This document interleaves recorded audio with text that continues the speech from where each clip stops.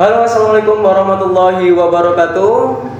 Selamat datang di ruang simposium, ruang di mana kita mencoba memahami denyut nadi zaman di setiap era, di setiap perjalanan dan persimpangan sejarah. Selalu ada suara yang lahir dari jantung intelektual bangsa, yakni kampus, sebagai sebuah generator pemikiran, dan di mana idealisme bukanlah sesuatu yang kotor, namun melainkan sebuah laboratorium untuk membayangkan masa depan bangsa. Bersama saya Kak Fikri Alfandi selaku narasumber. Bagaimana Kak kabarnya Kak? Alhamdulillah sangat sehat. Jadi kita ngobrol dengan Kak Fikri Alfandi hari ini, teman-teman semua.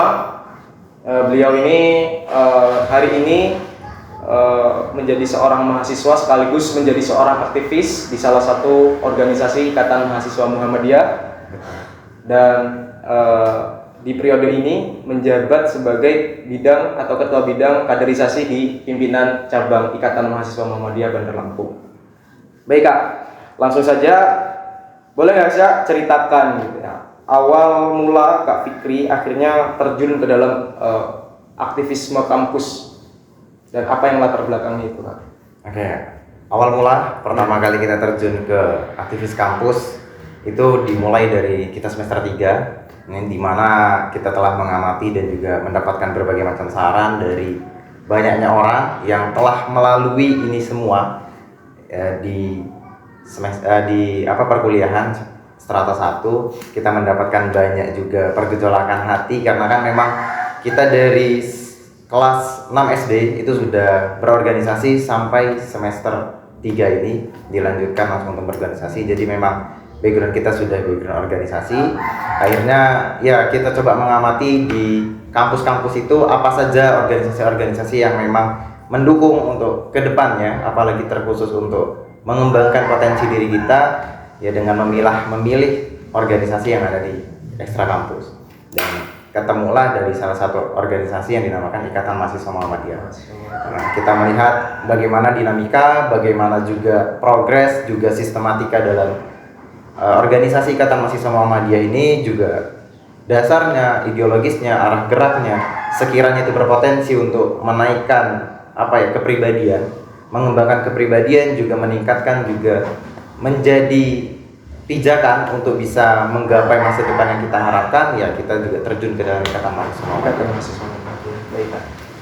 Sebelumnya boleh nggak sih Kak ceritakan sedikit terkait dengan Ikatan Mahasiswa Muhammadiyah itu apa? Karena kan masih banyak nih dari teman-teman semua belum tahu lah sekiranya apa itu organisasi Ikatan Mahasiswa Muhammadiyah. Oke, secara garis umum, memang Ikatan Mahasiswa Muhammadiyah ini merupakan organisasi otonom yang berdiri dalam internalnya Muhammadiyah. Jadi Muhammadiyah mendirikan organisasi internal terkhusus di bidang pendidikan itu untuk meneruskan atau memperpanjang tangan dakwahnya Muhammadiyah di bidang pendidikan itu sendiri, terkhusus bidang universitas. Makanya Ikatan Mahasiswa Muhammadiyah itu sebagai organisasi otonomnya Muhammadiyah yang memiliki tujuan untuk memiliki tujuan mengusahakan terbentuknya mahasiswa atau akademisi yang berakhlak mulia, ya, sehingga tercapainya tujuan Muhammadiyah itu sendiri, yaitu untuk mengkafahkan atau menjadikan umat Islam yang sebenar-benarnya. Ya. Untuk ideologinya Ikatan Mahasiswa Muhammadiyah itu apa sih Kak? Ya, jadi untuk ideologi dasar itu biasanya dikenal sebagai trilogi dan trikopetensi. Okay. Ya, trilogi itu sebagai basis ideologinya, trikopetensi itu sebagai arah geraknya. Jadi trilogi itu berdasarkan pada intelektualitas, religiusitas, sama humanitas. Ya, jadi kita bergerak dalam bidang religi atau keagamaan. Terus juga IMM juga bergerak dalam bidang intelektual atau pendidikan, juga bergerak dalam bidang humanitas, yaitu bidang sosial, kemasyarakatan. Ya, atau kemasyarakatan itu sendiri. Baik Kak, untuk pertanyaan kedua mungkin atau tidak terlalu kaku juga. Jadi setiap hari ini kan kita melihat bahwasannya dunia aktivisme mengalami tantangan serta peluang sebenarnya, di mana hari ini kita menjadi atau generasi kita ini banyak sekali lah fenomena-fenomena apatis dan pragmatis. Nah, ini kan tentunya menjadi tantangan juga bagi sebuah aktivisme dakwah kampus atau aktivisme kampus. Ya. Jadi menurut Kak Fikri sendiri, apa tantangan dan peluang menjadi aktivis hari ini? Gitu. Oke, kalau kita ke tantangan dulu. Tantangan bagi seorang aktivis satu yaitu basis ideologisnya. Ya, menjadi aktivis yang berideologis itu sangat menjadi tantangan untuk zaman sekarang, apalagi disandarkan kepada hal pragmatisme tadi. Ya, ketika kita menjadi seorang aktivis, maka kita juga akan bernaung di banyaknya aspek gitu ya, aspek pemerintahan, aspek sosial, aspek agama dan lain sebagainya. Dan itu semua pastinya, ya namanya kita manusia, pasti mengharapkan keuntungan dalam setiap aspeknya. Nah, kalau tantangan menjadi aktivis dalam hal itu ya di ideologisnya. Banyaknya aktivis sekarang itu menggadaikan ideologinya untuk hal-hal semacam pragmatis, itu hal-hal yang bersifat materi itu.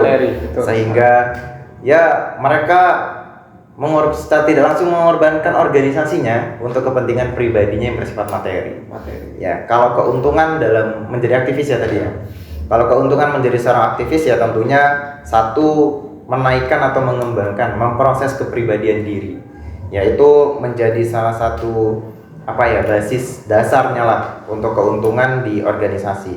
Kalau misalkan kita sudah memiliki pengembangan atau potensi diri yang bagus, ada kemungkinan untuk segala dreams atau segala impian kita itu bisa tercapai dengan kepribadian yang kita miliki. Jadi memang kalau saya pribadi menerjunkan diri ke organisasi menjadi seorang aktivis itu pertama dan utama memproses untuk pengembangan diri ke depan. Ya, jadi itu yang saya harapkan, yang saya untungkan dalam organisasi kepada pribadi diri saya sendiri. Baik, cukup menarik ya teman-teman ya. Jadi organisasi ini tempat atau wadah untuk memproses diri. Ya, betul. Baik. Kemudian bagaimana menjadi seorang aktivis hari ini dalam mempertahankan ruang-ruang berpikir, Kak? Di dalam suasana dialektis, ya, di tengah arus informasi yang cepat, kemudian singkat, dan tentunya dangkal.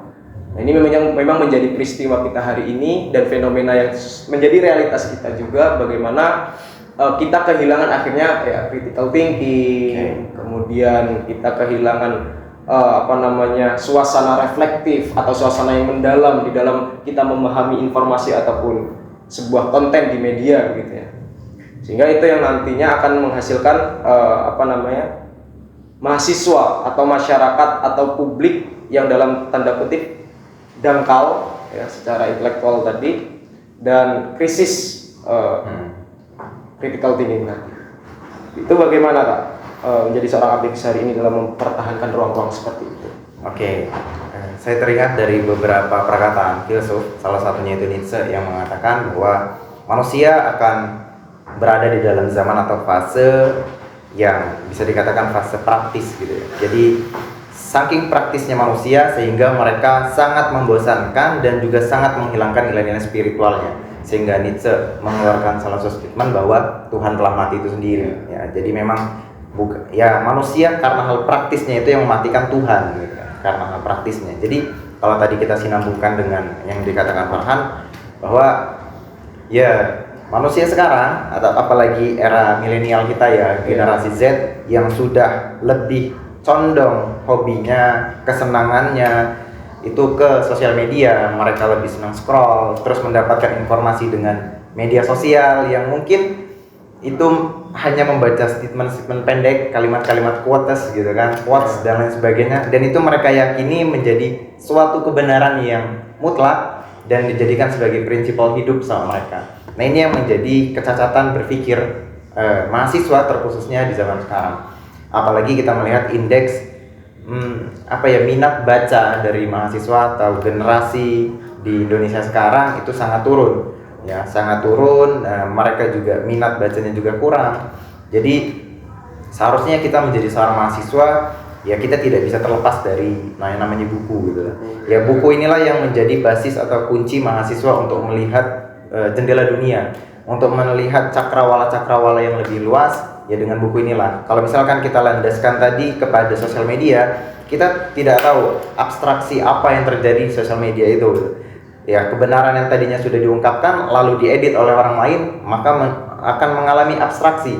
Kebenarannya tidak mutlak lagi, dan itu harus diragukan dan tidak bisa dijadikan basis atau landasan kebenaran yang mutlak. Nah, jadi memang seharusnya menjadi seorang mahasiswa yang sekarang, apalagi menjadi era teknologi, semua bisa diakses dengan mudah, ya buku tidak bisa dikesampingkan. Memang basis landasan kebenaran kita harus membaca buku. Ya, nah, buku ini menjadi teman dan sahabat kita lah sebagai mahasiswa. Baik Kak, memang ya, menarik Kak ya. Berarti memang secara tidak langsung kita harus mencoba untuk punya kesadaran literasi. Ya, Dan salah satunya buku ini menjadi sebuah alat lah atau tempat untuk kemudian kita memperluas cakrawala tadi yang Kak Fikri sebutkan. Baik, untuk progres ke depan nih Kak ya, untuk gerakan di organisasi maupun secara pribadi, kira-kira sebagai seorang aktivis kampus di UIN Raden Intan Lampung, kira-kira gerakan apa sih Kak yang ingin dilakukan gitu, atau progresivitas gerakan apa yang ingin dilakukan Kak Fikri selaku seorang aktivis hari ini? Gerakan dalam bidang apa itu? Ya gerakan apapun Ya. Ya, dengan basis ideologi dan lain sebagainya. Oke. Kalau misalkan tadi dikatakan oleh Farhan, apa kira-kira gerakan yang ingin kita lakukan sebagai seorang aktivis? Satu, menyadarkan, meningkatkan kesadaran mahasiswa akan pentingnya satu potensial pengembangan diri, kedua minat literasi, ya, dan juga critical thinking tadi, ya, cara berpikir yang memang kritis. Karena mahasiswa sekarang, ya tadi, karena sudah mungkin nyaman, zona nyaman dengan hal yang praktis tadi. Mereka sudah malas dengan hal-hal yang mungkin sifatnya abstrak, ya, yang tidak perlu dipikirkan lagi gitu. Yang mereka tidak mau menjerbukan diri ke pemerintahan, mereka sudah lagi tidak mau memikirkan tentang ketuhanan dan lain sebagainya, sehingga esensi dan substansi dari harusnya menjadi mahasiswa yang seperti apa itu hilang nilainya gitu. Jadi memang yang ingin kita bangun sebagai aktivis yaitu gerakan pemikiran sebagai mahasiswa yang kritis tadi. Ya, mulai dari aspek tadi ya, aspek pemikiran ya, mulai dari meningkatkan literasi baca, juga potensi pengembangan diri ya, apalagi kita melihat fenomena mahasiswa sekarang ya, kita lihat lulus menjadi S1, setelah lulus sarjana ya mereka tidak memiliki potensi apa-apa gitu. Akhirnya apa? Setelah lulus S1 mereka hanya menyumbangkan angka sebagai orang tingkat pengangguran lebih tinggi gitu ya, menyumbangkan angka untuk pengangguran lebih tinggi aja gitu. Seharusnya kan menjadi seorang mahasiswa setelah lulus dari S1 ya mereka menciptakan inovasi-inovasi baru ya. Jangan apalagi melihat sekarang ya, mahasiswa itu memiliki mindset keluar dari universitas menjadi seorang pegawai, menjadi seorang pegawai dari suatu perusahaan, suatu instansi dan sebagainya. Seharusnya secara esensi, secara substansinya, secara hakikatnya mahasiswa itu diciptakan untuk menciptakan. Ya, diproses untuk menciptakan segala sesuatu. Bukan berarti ya ketika keluar mereka justru malah hilang ke arah gitu loh. Jadi itu yang kehilangan ya. Nilai-nilai itu yang kehilangan yang dihilangkan dari mahasiswa sekarang gitu. Nah, coba itu yang ingin kita bangun melalui kader-kader aktivis itu, dan semua itu bisa dibangun dari organisasi tentunya. Karena tadi organisasi sebagai wadah untuk kita berproses tadi, mengembangkan potensi diri, kita sama-sama belajar, ketemu dengan orang baru, berbagai macam ide bisa kita kolaborasikan, bisa kita sharing, terus juga banyak gerakan-gerakan aktivis juga yang bisa kita lakukan di sana. Nah, memang itulah tadi pentingnya organisasi. Pentingnya organisasi dan pentingnya sebuah gerakan itu sendiri. Yeah. Baik, mungkin ini pertanyaan terakhir ya Kak ya. Kira-kira apa ini Kak, kiat-kiat atau motivasi lah untuk mahasiswa hari ini yang terdistraksi dengan berbagai macam sisi-sisi modernitas gitu kira-kiranya. Kemudian akhirnya dia bisa survive untuk kedepannya dan bisa membayangkan dan punya harapan untuk masa depannya. Oke. Untuk apa kiat-kiat ya atau motivasi untuk mahasiswa kedepannya, ya kita juga sebagai mahasiswa, kita sama-sama mahasiswa. Pertama, menjadi seorang mahasiswa itu memiliki tanggung jawab juga beban moral yang sangat berat, yang sangat banyak, karena masyarakat melihat kita seorang mahasiswa yang pastinya memiliki keilmuan yang lebih tinggi, yang cukup tinggi gitu loh. Jadi banyak masyarakat yang menaruh harapan kepada kita. Tentunya tanggung jawab juga beban moral ini, ya bisa katakan beban moral itu harus dipenuhi melalui banyaknya membaca, dan juga jangan gampang terarus atau tergarus dari statement juga kebenaran di teknologi atau media, karena semua kebenaran di media itu harus dikulik kembali, harus dicari tahu kembali kebenarannya itu, dan juga jangan terlena dengan zona nyamannya media atau teknologi, karena itu yang akan membuat degradasi dari value mahasiswa itu sendiri. Jadi mahasiswa harus giat membaca, juga harus bisa memiliki critical thinking tadi, pemikiran yang cukup kritis untuk bisa menciptakan inovasi, juga gerakan-gerakan baru, mengembangkan juga, ya bisa mengembangkan zaman lah, mengembangkan apapun, entah teknologi, media, ataupun itu sesuai dengan arah geraknya yang di zaman itu sendiri gitu. Ya kita sebagai mahasiswa, ya tadi jangan gampang terbawa arus. Membaca itu menjadi habit yang harus kita lestarikan terus. Pokoknya kalau banyaknya orang hebat yang pernah saya dengar dan juga pernah sharing ke saya, investasi dari leher ke atas itu penting. Ya, jadi harus banyak membaca dan harus banyak belajar. Ya, mungkin itu. Baik Kak, terima kasih banyak Kak ya atas mungkin tanggapan daripada podcast kita kali ini, yang tentunya ini akan menambah insight bagi kita semua, menambah pengetahuan, menambah wawasan dan pengalaman tentunya, yang kemudian bisa menjadi motivasi kita untuk menjadi seorang mahasiswa yang mampu berdikari dalam intelektual, yang mampu bersinergi di dalam kesosialannya, dan juga mampu untuk terus merefleksikan hal-hal yang sifatnya spiritualitas. Terima kasih Kak atas jawaban-jawaban yang tadi telah memberikan kita banyak sekali wawasan luar biasa banget ini. Mungkin itu saja teman-teman semua podcast kita pada siang hari ini.